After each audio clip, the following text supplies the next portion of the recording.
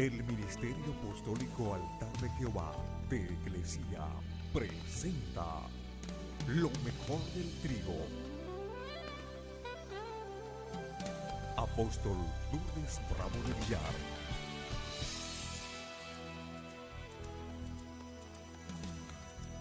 La gloria de Dios maneja mi vida. Hechos capítulo 26, verso 18. Dice así: entonces Agripa, el rey, dijo a Pablo: por poco me persuades, me convences a ser cristiano. Por poco. A veces escuchamos las palabras por poco me dan trabajo. Pero había otro que tenía un mejor currículum y se lo dieron a él. Por poco me saqué la lotería. Pero no se la sacó, otro fue el afortunado. Por poco nos casamos. Pero la verdad es que no se casaron. Por poco tuve un accidente, pero fue otro el accidentado. Por poco lo arruinó todo. Estas palabras por poco se usan para mostrar una frustración de no haber alcanzado algo, mostrando la insatisfacción de que algo no sucedió. Y estas son las palabras en boca del rey Agripa, que fue que le dijo al Pablo: por poco me persuades, por poco me convences de ser cristiano. Poniendo en evidencia que fue impresionado, fue sorprendido por el mensaje del reino, porque le sacudió la conciencia, pero al final no aceptó la confrontación de la palabra. Y la palabra verdadera es como espada de dos filos. Entra zunchando y sale rompiendo también. Por poco es una cantidad incompleta, porque en las matemáticas del reino, esta cantidad no cuenta. No basta con estar cerca de la salvación y al final desaprovecharla, desperdiciarla y hasta perderla. En el infierno habrá mucha gente que dirá: por poco fui salvo. Tenemos, por ejemplo, el caso del hombre rico que vino a Jesús por curiosidad para saber cómo podía conseguir la vida eterna. Y cuando Jesús le habló de los mandamientos, él dijo: todos los he cumplido desde mi juventud. Pero el hombre no se había dado cuenta que era avaro. Así que cuando fue este joven confrontado con la avaricia de su corazón, por poco fue salvado. Porque dice que se fue triste cuando Jesús le dijo: anda, vende todos tus bienes, dáselo a los pobres. Dios lo estaba confrontando precisamente para hacerle ver su corazón avaro. ¿Por qué se fue triste este hombre? Porque no aceptó la demanda de Jesús. Aunque había sido un buen hombre, había algo que lo tenía completamente atado y era el amor al dinero. Era un avaro. La Escritura cuenta también y dice de la mujer de Lot que por poco fue salva de la destrucción de Sodoma. Pero había compartido tanto tiempo en el bien y el mal que la influencia de lo malo la había poseído. Y por eso, en vez de escapar por su vida obedientemente, como le dio la orden el ángel, escapen por su vida sin mirar atrás, ella quedó petrificada como una estatua de sal, porque nadie puede ser salva por poco creer. Ahora le estaba tocando el turno al rey Agripa, quien escuchó a Pablo con su esposa Berenice de buena gana. Él mismo conocía la ley judía porque era mitad judío, pero para él los goces temporales, los goces transitorios, los goces pasajeros eran su mayor placer. También por poco se convence, por poco se persuade, por poco se decide de ser cristiano, por poco pasa de muerte a vida. Pero con el testimonio que le dio Pablo de su propia vida, le faltó ese poco que le hace falta a muchos para dar el paso en la fe. El consejo es: no vivan por poco, porque el que no está seguro de su salvación, Dios le da hoy la oportunidad de vivir por mucho. Porque a la luz de estas historias nosotros podemos considerar cuál es la más grande tragedia de la vida. La más grande tragedia de la vida es que alguien vea tan cerca la salvación y por poco no sea convencido de ser salvo. Es una pena que alguien vea así tan cerca la salvación y no quiera entrar en ella, no quiera pasar de muerte a vida. Hechos 25, 17.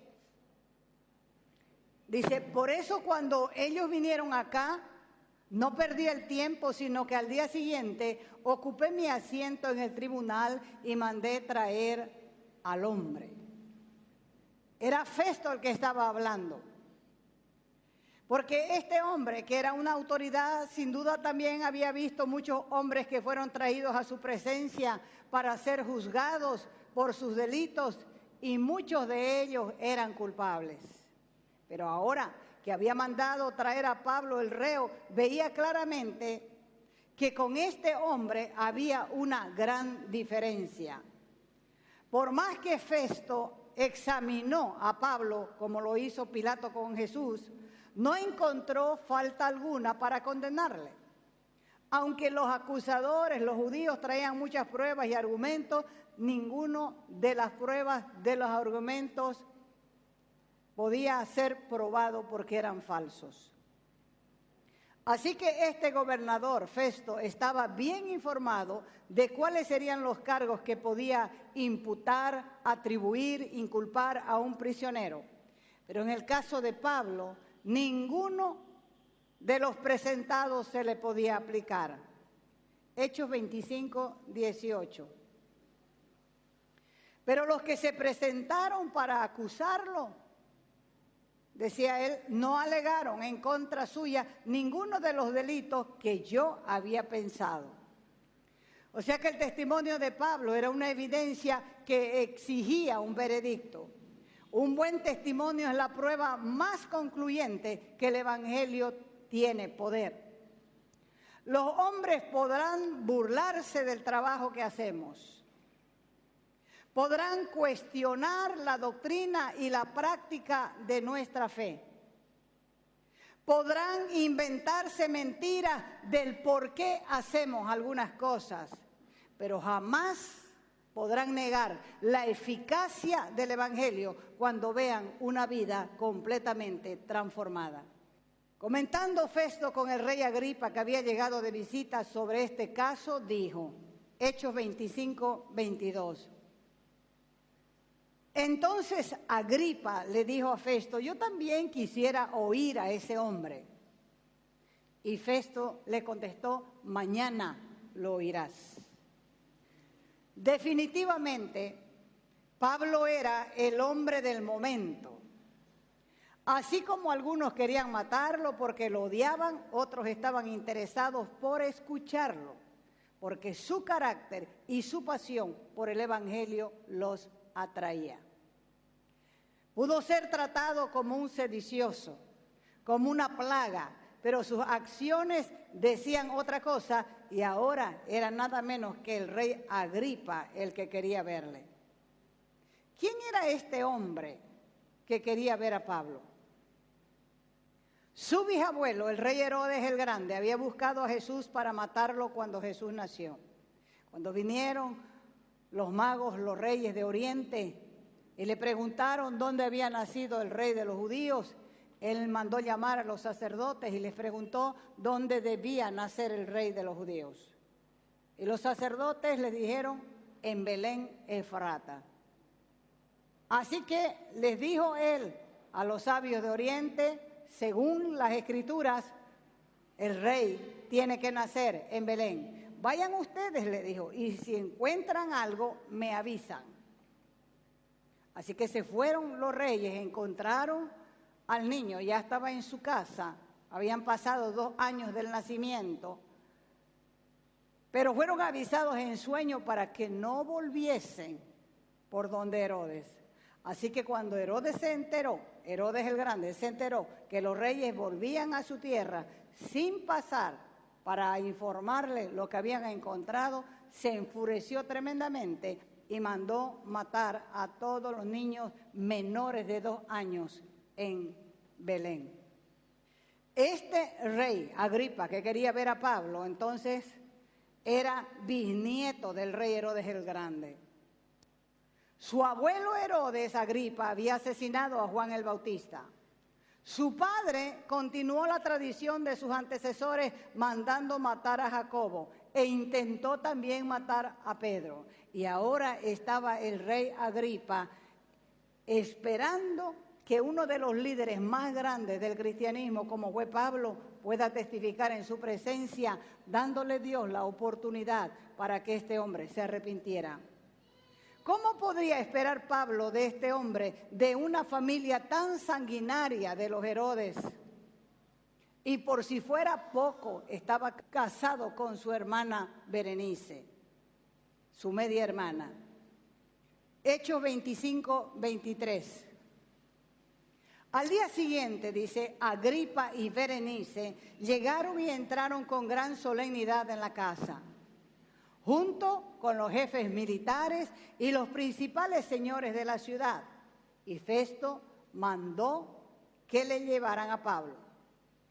Con un derroche de lujo se presentaron al día siguiente para escuchar a Pablo, donde entró en escena como un judío pequeño, fabricante de tiendas, con las manos encadenadas. Pero desde el momento que Pablo comenzó a hablar, dominó la escena. Delante de él habían hombres poderosos, habían autoridades, habían militares, pero cuando alguien tiene a Cristo en su corazón y él dirige su vida, tiene el secreto del poder. ¿A quién temerá entonces? Aquí hay una prueba irrefutable después de la exposición de Pablo, Hechos 25-31. Y se fueron aparte, dice, a hablar del asunto y decían entre sí, este hombre no ha hecho nada que merezca la muerte, ni siquiera debe estar en la cárcel. Qué reconocimiento, qué veredicto dio el rey y todos los principales hombres de la ciudad. Ya este reconocimiento lo había hecho también Festo. Este hombre no es culpable de nada. Hechos 25-25. Pero a mí, dice, me parece que no ha hecho nada que le merezca. Sin embargo, como él mismo ha pedido ser juzgado por su majestad el emperador, he decidido enviárselo. O sea que Pablo fue pesado en balanza y en todo fue hallado fiel. Y hay algo que decir acá. Si un tribunal humano es capaz de fallar a favor del acusado debido al testimonio donde se encuentran rastros de culpabilidad, entonces uno puede decir, se merecía ese juicio. Pero cuando no se encuentran esos rastros de culpabilidad y la gente dice que no es culpable, eso nos hace pensar a nosotros que cuando la gente juzga a un cristiano por su apariencia, por su carácter o por antipatía, Dios tiene un juicio completamente diferente. Porque nosotros somos especialistas en juzgarnos unos a otros. Pero Dios tiene un juicio completamente diferente. Y lo mismo va a hacer posteriormente. Puede que la gente hable mal para vos por causa del Evangelio. Pero el juicio de Cristo, del tribunal de Cristo, es el que te debe importar. Debes esperar esas palabras, siervo fiel, sobre poco has sido fiel, sobre mucho te pondré. ¿O qué puedes esperar? Que te diga, no te conozco, apártate de mí, hacedor de maldad. Pero que yo hacía milagros, sí, hacías, pero no era en mi nombre. Hechos 25, 24. Y dijo el rey Agripa, y señores que están aquí reunidos con nosotros, ahí tienen a ese hombre. Todos los judíos me han traído acusaciones contra él, tanto en Jerusalén como aquí en Cesarea, y no dejan de pedirme a gritos su muerte. Por lo que yo Festo, de boca de Pablo, no lo hallaba culpable. Y ahora el rey Agripa estaba admitiendo que las palabras de Pablo casi lo convierten al Señor. Pero es una pena que haya estado tan cerca de la salvación y pase a la historia con estas palabras. Por poco me persuades de ser cristiano. Quiera Dios que su palabra te seduzca y te rindas a Cristo. Y ojalá cada hombre pueda ser como Pablo, libre a pesar de estar preso. Es una pena que alguien esté tan cerca de la salvación y menosprecie, la tenga a menos. Jesús vino para abrir los ojos de los ciegos. Hechos 26, 18.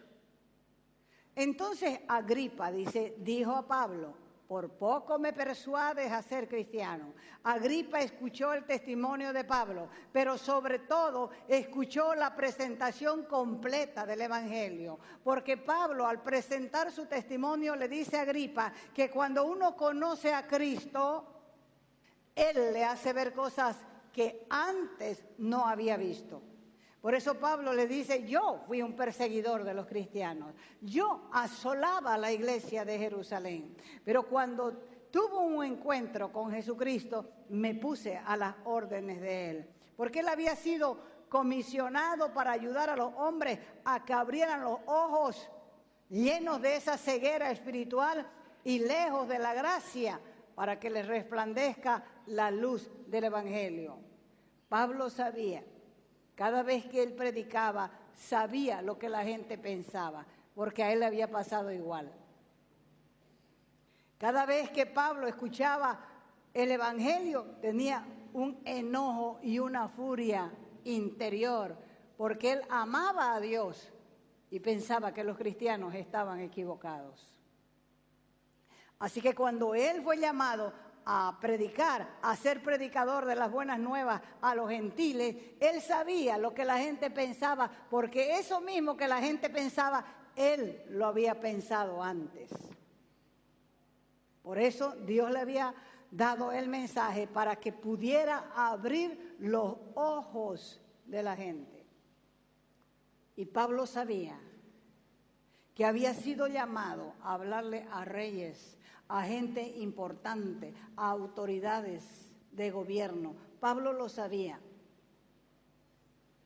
Por eso cuando él fue llamado delante del rey Agripa, de la reina Berenice, de Festo, de los militares, de las autoridades del pueblo, él estaba feliz.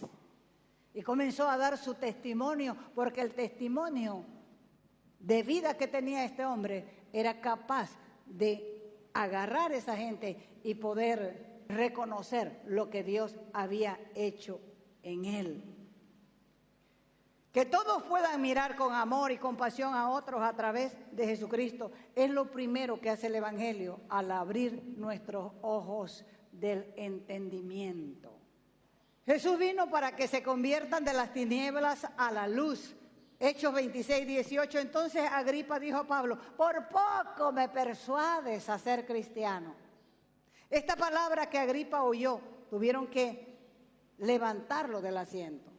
¿Por qué? Porque Pablo le había hablado de la salvación, le había hablado del infierno y le había hablado del dominio propio. Así que cuando Pablo terminó, este hombre se levantó y dijo, ¡ay! ¿Cómo sería la expresión y el grito? Jamás en su vida había escuchado un mensaje con tanta claridad y con tanta demanda. Y en ese momento el rey y su esposa y todos los que le acompañaban representaban las tinieblas. ¿Por qué? Porque la palabra tinieblas describen la ignorancia, la idolatría, las supersticiones, la vanidad y el poder humano, mostrando una fuerte resistencia a la palabra, y eso es lo que hacen las tinieblas. Cuando vos te levantas aquí adentro en contra de lo que escuchas, son tus tinieblas que han estado ahí adentro, en tus pensamientos, en tu vida. Son fortalezas de pensamientos mentales. Y eso hace una resistencia a la palabra. Viene la palabra y uno levanta sus fortalezas. Por eso dice la Escritura, el mismo Pablo dice, derribando las fortalezas del pensamiento. Jesús vino como la luz del mundo. Por lo tanto, la vida sin Él está mal orientada. Y Agripa estuvo en presencia de la luz.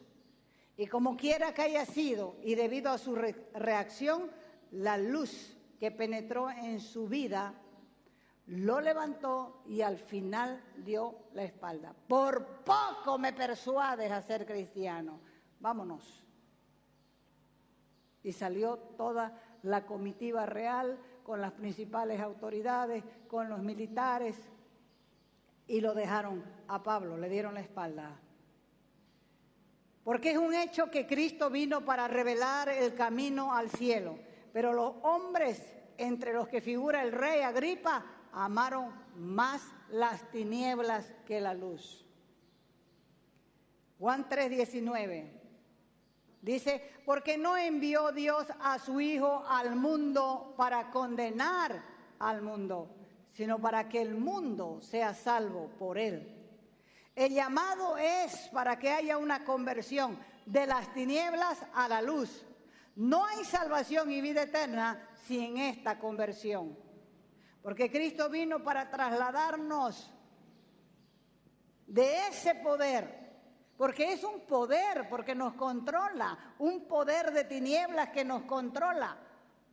Para trasladarnos de ese poder al poder de la luz, de la libertad. Así que cuando Agripa y toda la comitiva vinieron para conocer a Pablo, en ese momento se manifestaron tres poderes. El primer poder, la pompa, la representaban los reyes, que eran una delegación del gobierno de Roma. El poder de las autoridades, el poder de los principales del pueblo, el poder de los reyes de este mundo.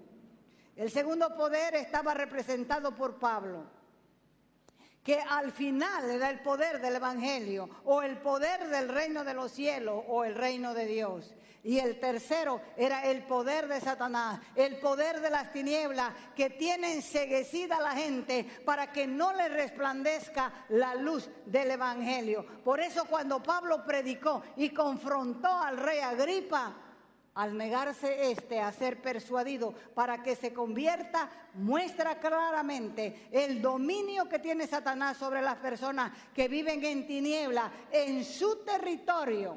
Por eso dice la Escritura que Jesús vino a deshacer las obras del diablo.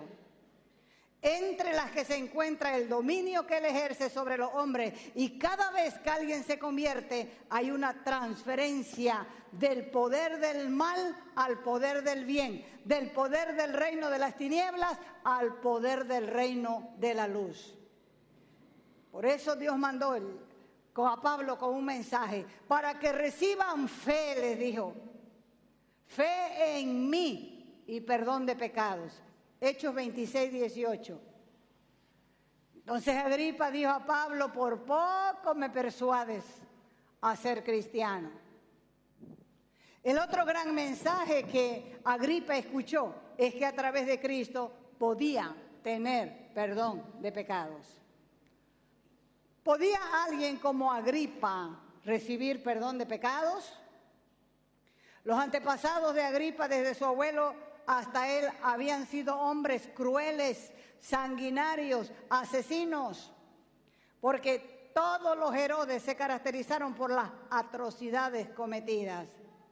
O sea que Agripa no solamente tenía el fantasma de esos males, sino que al momento de presentarse ante Pablo, estaba cometiendo incesto con su hermana, lo cual era condenado por la Biblia. Pablo dio un mensaje que podía haber cambiado al rey Agripa. Y si habría puesto fin a esa herencia que le había desacreditado por ser esclavo y prisionero de maldad y pecado. El mensaje de Cristo apunta hacia el perdón de pecados. Los hombres más perversos pueden encontrar perdón. Nadie queda excluido del perdón de los pecados, pero es necesario persuadirlo, convencerlo para que se arrepientan y sean salvos. Es una pena que alguien sea confrontado con la verdad y se pierda eternamente. ¿Cuántas personas como el rey Agripa, como Berenice, como Festo, como los soldados, como las autoridades, quedan impresionados, quedan convencidos, quedan tocados, quedan movidos, pero al final perdidos? Esta es una historia triste. Este rey fue convicto de pecado, escuchó a Pablo sin interrupción. Y uno como predicador podía ver el efecto del mensaje en su vida por la expresión de su rostro. Pero este hombre, aunque estuvo bajo convicción de pecado, permitió que su corazón se cerrara a la invitación. La única cosa que dijo: por poco me convence de ser cristiano. Y quizás usted ha escuchado esas palabras. Casi me has convencido. Hablaremos otro día. Y otros no tienen ese día para volver a hablar, como le pasó al rey Agripa. Qué pena tan grande. Estuvo tan cerca, pero perdió la oportunidad. Así que yo espero que vos que estás escuchando te decidas a reconocer a Jesús como el Cordero de Dios que murió por tus pecados. Mucha gente cree que porque asiste alguna vez a una iglesia o porque hace una oración por compromiso ya es suficiente. Se olvidan que Dios es un Dios personal. Pablo frente a todos, un hombre de mediana estatura, grueso, fuerte, pero un hombre noble, un hombre con sabiduría, un hombre con carácter, pero un hombre en cadenas. Agripa pudo decir: bueno, si yo me convierto en cristiano, puedo terminar como Pablo en cadenas, o al menos me tendría que asociar con Pablo. Yo no puedo hacer eso, yo no puedo andar con la chusma, con los presos. Yo soy un hombre importante. Si los hombres son sabios, entenderán que el sufrimiento por Cristo es un honor, que la pérdida de la mentira por la verdad es ganancia. Y Pablo lo entendió. Por eso dijo: lo que era para mí ganancia, lo tengo como basura por la excelencia del conocimiento de Dios. Pónganse de pie y dígale al Señor: gracias Dios, porque no me pasó lo de Festo, lo de Agripa, lo de Berenice, lo de todas las autoridades de Cesarea. Gracias porque yo reconozco que tú eres Dios y que pagaste un precio por mis pecados. Yo creo en tu sacrificio y creo que eres el Cordero de Dios que quita el pecado del mundo. Y creo que si yo acepto tu sacrificio, soy perdonado y soy salvo. Padre, te pido que me aceptes como hijo tuyo por los méritos de Cristo. Que los méritos de Cristo en esta hora sean aplicados a mi vida. Porque yo quiero vivir para ti, Jesús, en el poder de tu Espíritu. Te invitamos a nuestras conferencias los días viernes, sábados y domingos a las 20 horas. Y el domingo a las 10 de la mañana. Calle Nicolás Suárez, esquina Félix Pinto.